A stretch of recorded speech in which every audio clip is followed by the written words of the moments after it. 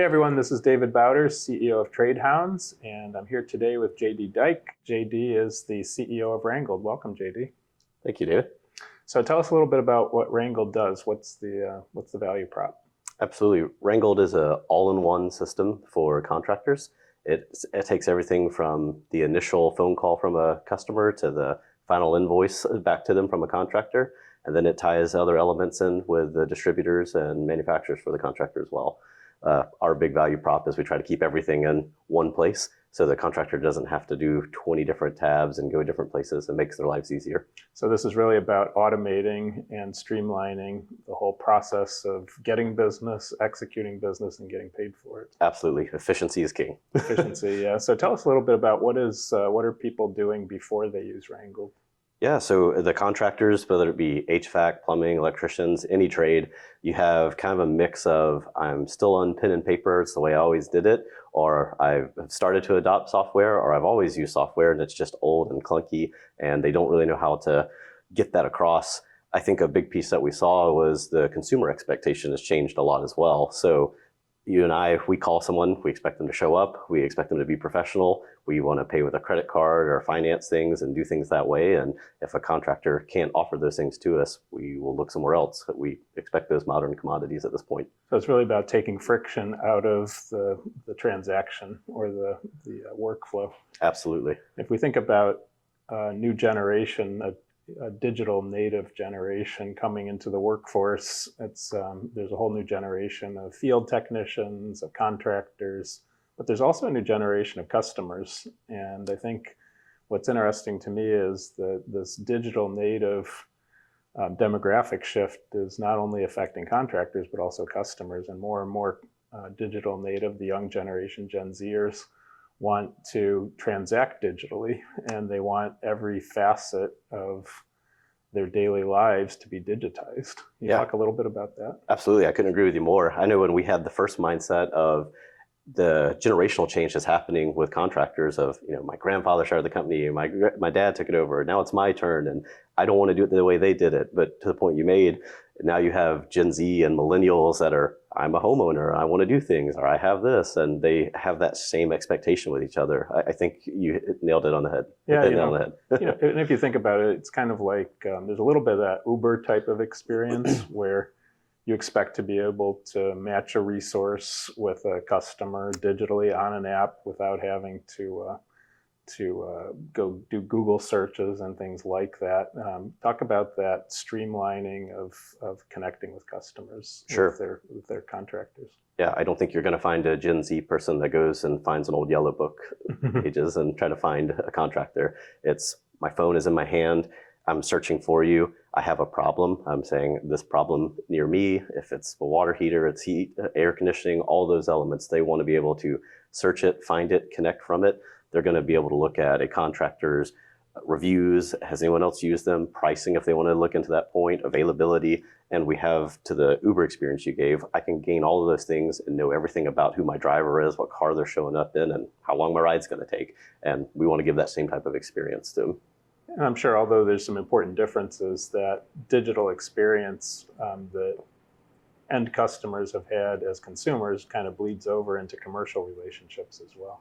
Absolutely. I think that landscape's changing as well. You have the expectation on commercial is how do we become more efficient? How do we get to be cost effective? And time is money. And especially when you get a bigger project, it's more money. So those efficiencies roll over. So now when we have a end customer connected with a contractor, talk about the estimating process the contractor needs to go through in order to be able to provide a proposal to the customer.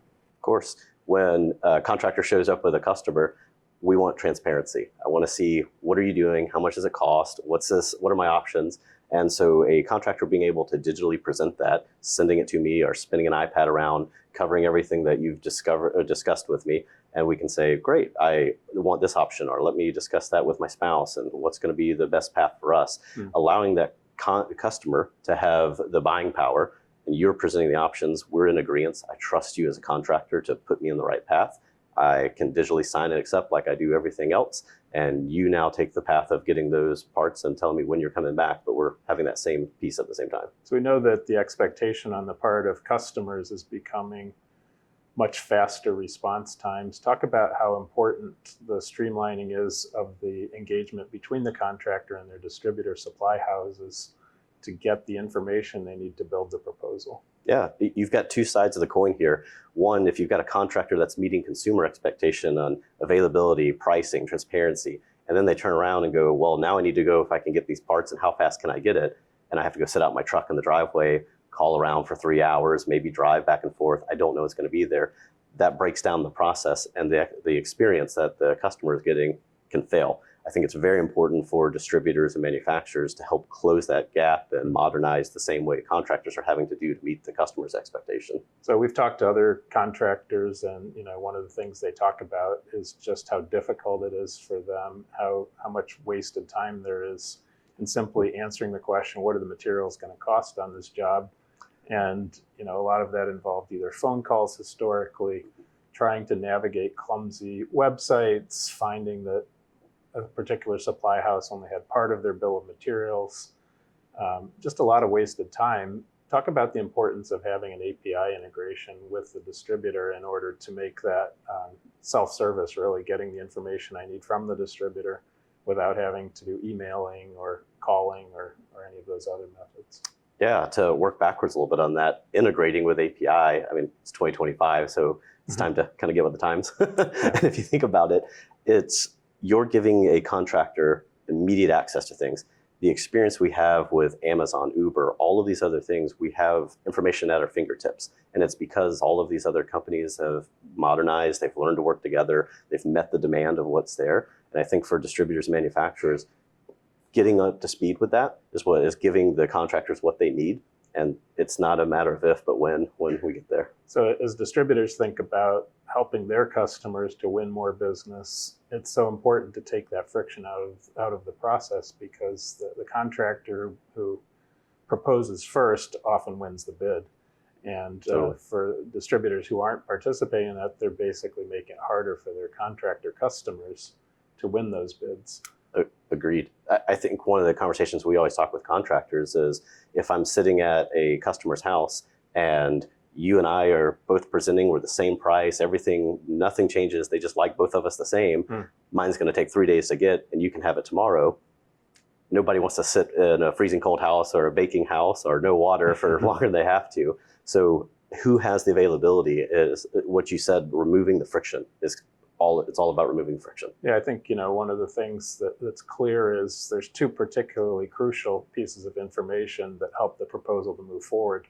The first is availability. You can't schedule the job until you know when the material is available. And then secondly, pricing, because whether it's a service job or a project proposal, both of those require the contractor to understand what is the bill of materials that's going into this work, and how am I going to mark it up? What's my overhead factor? You think about some of the costing that has to be built into the proposal. If we don't get that information, then the proposal's just sitting there, and we can't get it out the door, which means somebody else who is streamlining that process is probably going to win the job. So it's really a race for time, and that means for distributors, it's a race to be integrated.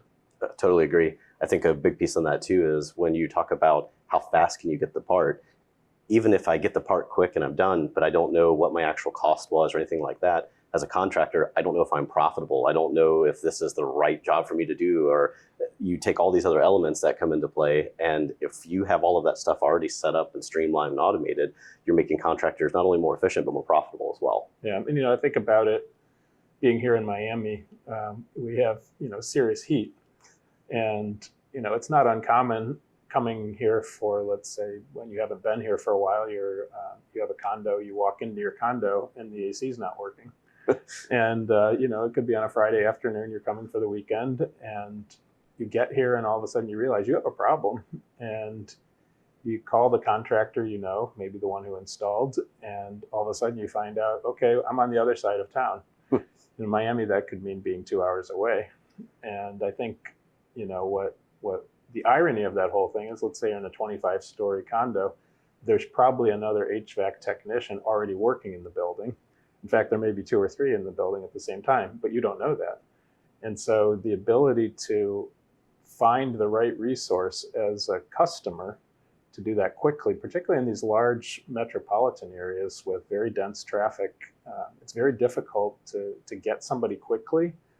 The people are there, we just don't know where they are. And I think one of the great opportunities that we can address is how do we start to match customers with the electricians, the HVAC technicians, the plumbers that are closest to them in order to speed that up. And it's costly not only to the customer in terms of having to wait, it's also costly to the contractors because the contractors are driving around in very dense traffic and having to waste, a third to half of their time just moving around.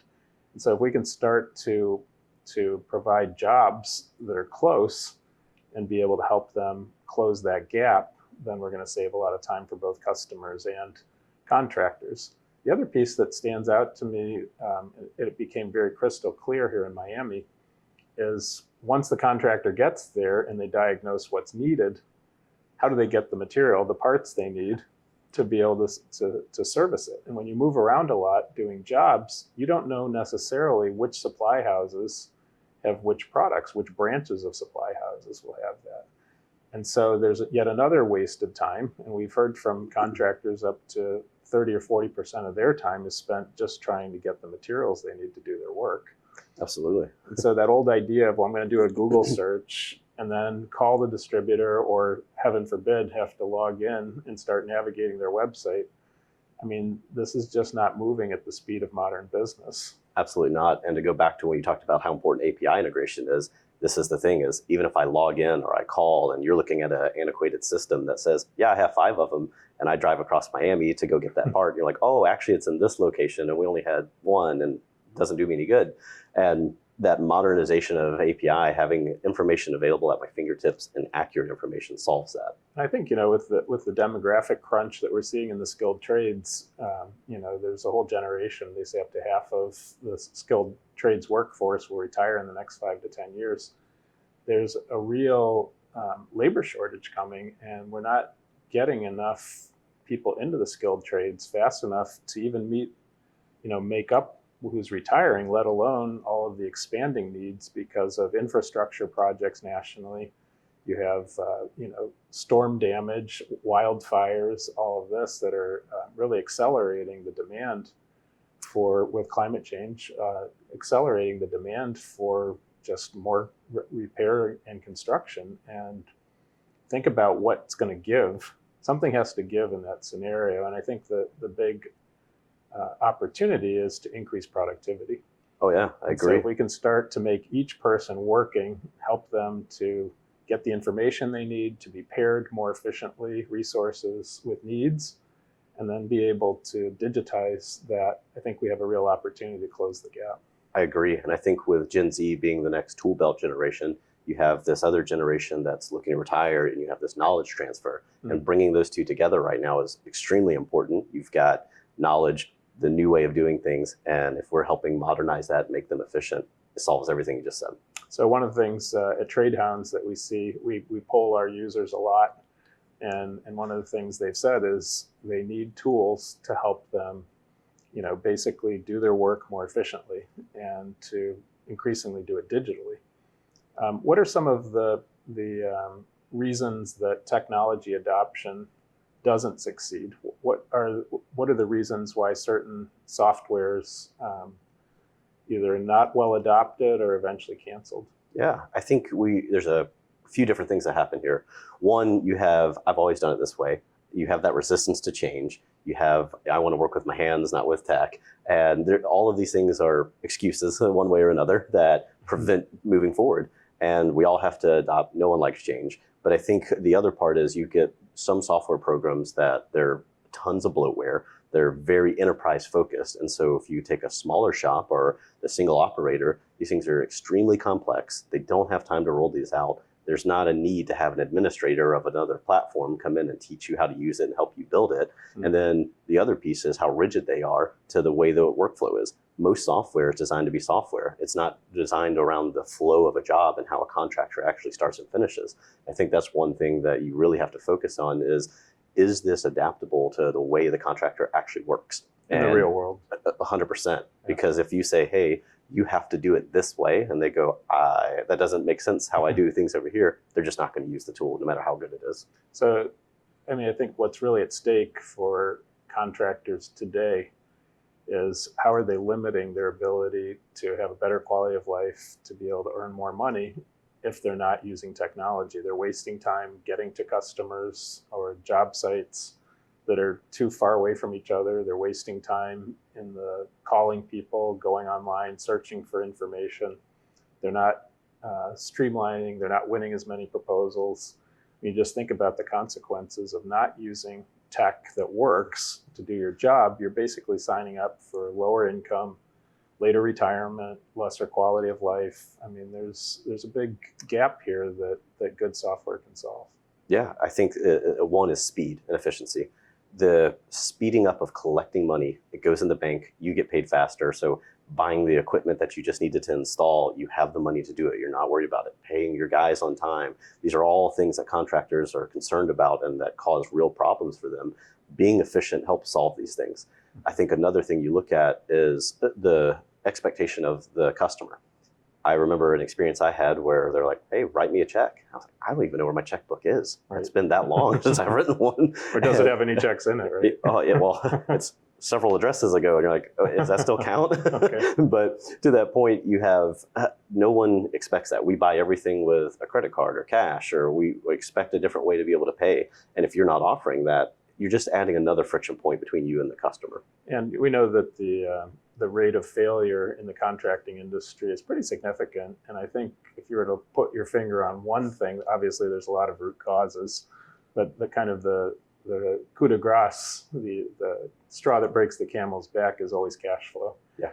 And if you look at it from a distributor's perspective, from the supply house's perspective, they're not getting paid as quickly when their contractor customers aren't getting paid as quickly. So a lot of Absolutely.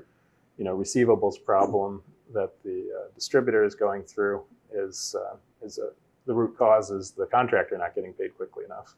So for distributors that can help digitize, support digital tools to their contractor customer base, they're going to not only help the contractor win more business and have better quality of life, they're also going to improve their own cash flow. And cash is obviously very important for distributors as well. Yeah. One of the things that was very interesting to me, if you think about how can distributors improve their own performance, we know there's all kinds of inconsistencies in pricing. When the CSRs at a distributor are overriding system pricing, they're making things up as they go along, a lot of cost plus markups, things like that. And the inconsistency that produces makes it very hard for a contractor to plan.